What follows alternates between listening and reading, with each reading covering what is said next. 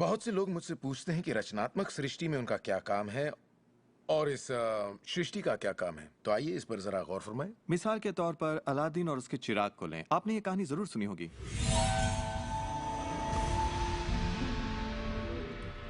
Aladdin चिराग उठाकर उसे रगड़ता है और उसमें से जिन्न प्रकट होता है।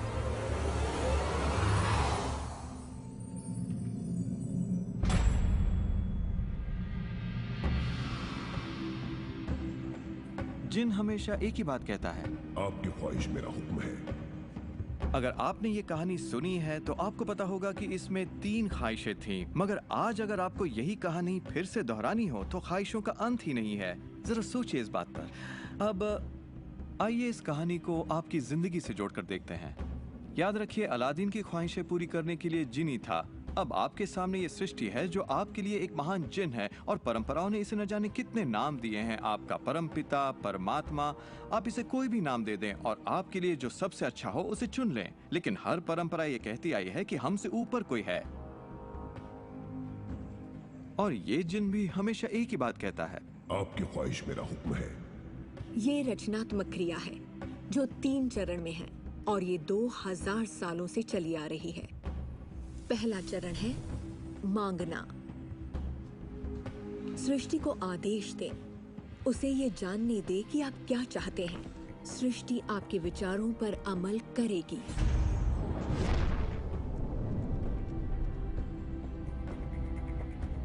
आखिरकार आप चाहते क्या हैं? जो भी आप चाहते हैं उसे कागज पर लिख डालिए। अभी अभी जो आप सोच रहे हैं वो आप ऐसे भी लिख सकते हैं कि मैं इतना खुश और शुक्रगुजार हूं कि, और फिर बताएं कि आपकी जिंदगी कैसी हो हर मामले में। और इसमें बहुत मजा आएगा।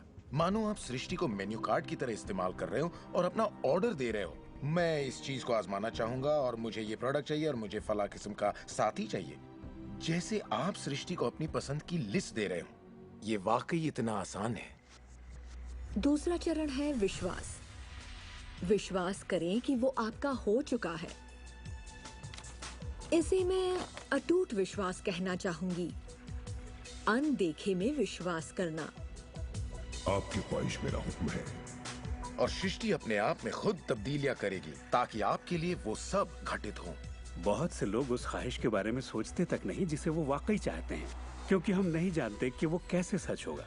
अगर आप थोड़ी सी जांच पड़ताल करें तो ये बात बिल्कुल साफ हो जाएगी कि जिसने भी कामयाबी हासिल की है वो कुछ नहीं जानते थे सिवाय इसके कि उन्हें कामयाबी हासिल करनी है। आपको ये जानने की जरूरत नहीं कि ये कैसे होने वाला है और ना ही ये कि सृष्टि अपने आप में तब्दीली कैसे लाएगी। आप नहीं जानते कैसे, तो आपको ये दिखाया जाएगा। आप उसे आकर्षित करेंगे। अक्सर जब हम उन चीजों को नहीं देखते जिनकी हमने फरमाइश की थी, हम झुंझला जाते हैं, हम निराश हो जाते हैं और हमारे अंदर शक पैदा हो जाता है। ये शक निराशा का एहसास जगाता है।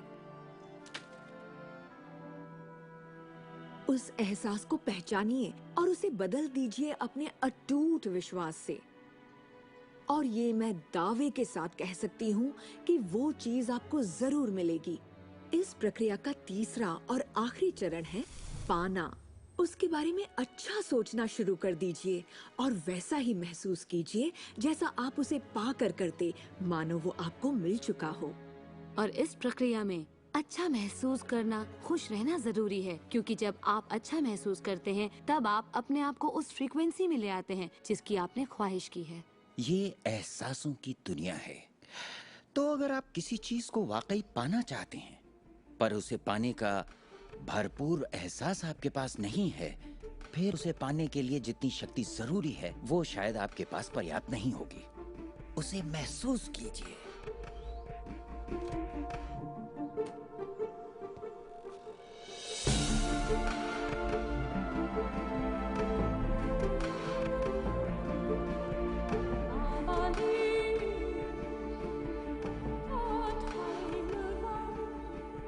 जब आप कल्पना को वास्तविकता में बदलते हैं तब आप बेहतर कल्पनाओं को जन्म देते हैं। और यही मेरे दोस्त रचनात्मक प्रक्रिया है। तो आकर्षण का सिद्धांत, इसे समझना और इस पर अमल करना सिर्फ ये पता लगाना भर है कि जो आप चाहते हैं उसका एहसास आप कैसे जगाएं। जाकर उस कार को टेस्ट ड्राइव कीजिए, नया घर देखना शुरू कीजिए, उसमें जाइए। इस पाने के एहसास को जगाने के लिए आप जो कुछ भी कर सकते हैं कीजिए और याद रखिए, ऐसा करने के लिए आप जो कुछ भी करेंगे वो उसे आकर्षित करने में आपकी मदद करेगा।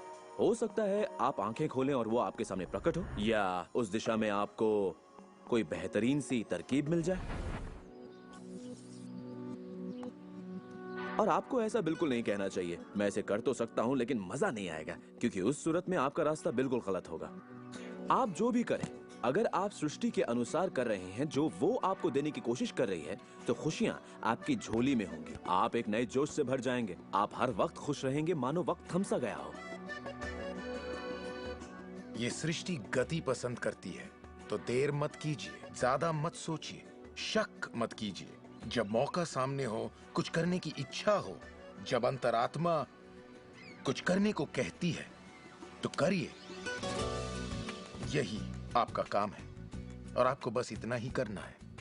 हर वो चीज आकर्षित होगी जिसकी आपको जरूरत है। अगर पैसा है तो आप उसे आकर्षित करेंगे, अगर वो लोग हैं तो उन्हें आकर्षित करेंगे, कोई खास किताब है तो आप उसे आकर्षित करेंगे। आपको इतना ध्यान रखना है कि आप किस चीज की छवि बनाकर रखते हैं, क्योंकि जिन चीजों की छवि बनाकर आप रखते हैं उन चीजों की ओर आप आकर्षित होंगे, और आपकी यही सोच वास्तविकता में बदल जाती है, आपके साथ या आपके जरिए। और यही इसका सिद्धांत है। आप शून्य से शुरू कीजिए और आप देखेंगे कि उसी शून्य से रास्ता जरूर निकलेगा। जरा ये सोचें, रात में गाड़ी चल रही है, उसकी हेडलाइट सिर्फ 100 से 200 फीट तक आगे जा सकती है, फिर भी आप एक शहर से दूसरे शहर तक का पूरा सफर ड्राइव करते हुए उसी अंधेरे में तय कर लेते हैं, क्योंकि रोशनी भी आपके साथ साथ आगे बढ़ती जाती है।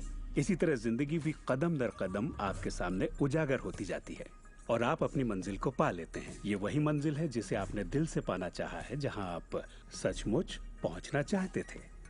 विश्वास की पहली सीढ़ी चढ़िए, आपको पूरी सीढ़ी देखने की जरूरत नहीं है, सिर्फ पहली सीढ़ी चढ़िए। एक और बात जो लोग सोचते हैं वो ये कि इसमें कितना वक्त लगेगा, अपने कार को पाने में कितना वक्त लगेगा, रिश्ते, पैसे या वो जो कुछ भी हो। वेल, मेरे पास कोई रूल बुक नहीं है जो ये कहे इसमें आपको 30 मिनट, 3 दिन या 30 दिन लगे। मेरे नजरिए से ये मामला आपके और सृष्टि के बीच के तालमेल का है। साइज यानी आकार सृष्टि के लिए कुछ नहीं है। वैज्ञानिक स्तर पर किसी भी चीज को आकर्षित करना कोई बड़ी बात नहीं है, चाहे वो कितना भी बड़ा हो या इतना छोटा कि माइक्रोस्कोप के बिना हमें दिखाई भी ना दे। सृष्टि अपना काम बिना किसी मेहनत के करती है। घास बढ़ने की कोशिश नहीं करती, वो अपने आप बढ़ती है। ये सृष्टि की महान रचना है। सब कुछ इसकी बदौलत होता है कि हम सोच के साथ क्या करते हैं। हम कहेंगे ये बड़ा है, इसमें कुछ वक्त लगेगा, और ये छोटा है, ओ ये तो 1 घंटे में हो जाएगा। ये वो नियम है जो हमने निर्धारित किए हैं। सृष्टि के मुताबिक कोई नियम नहीं होते, इसी वक्त चाहिए। इस एहसास को अगर आप जाहिर करें तो सृष्टि जवाब देगी। कुछ लोगों को छोटी बातों में आसानी होती है, तो हम उनसे कहते हैं छोटी चीज से शुरू कीजिए, जैसे कि 1 कप कॉफी। तो चलिए 1 कप कॉफी को आकर्षित करने का मंसूबा बनाइए। तस्वीर कीजिए कि आप एक पुराने दोस्त से बात कर रहे हैं जिसे देखे अरसा हो गया। न जाने कैसे कोई आपसे उसके बारे में बात करने लगेगा, और वो दोस्त आपको फोन करेगा या चिट्ठी लिखेगा। लोगों को हैरानी होती है कि मुझे कार पार्किंग की जगह कैसे मिलती है, और ये मैं तब से कर रहा हूँ जब से मैंने रहस्य को समझा। मैं ठीक उसी पार्किंग की जगह का तस्वुर करता जहाँ मैं चाहता, और अधिकतर वो जगह मेरे लिए खाली होती और मैं वहाँ गाड़ी खड़ी कर देता। कभी कभी मुझे 1 या 2 मिनट इंतजार करना पड़ता और वो गाड़ी बाहर निकलती और मैं वहाँ आ जाता। यही होता है मेरे साथ।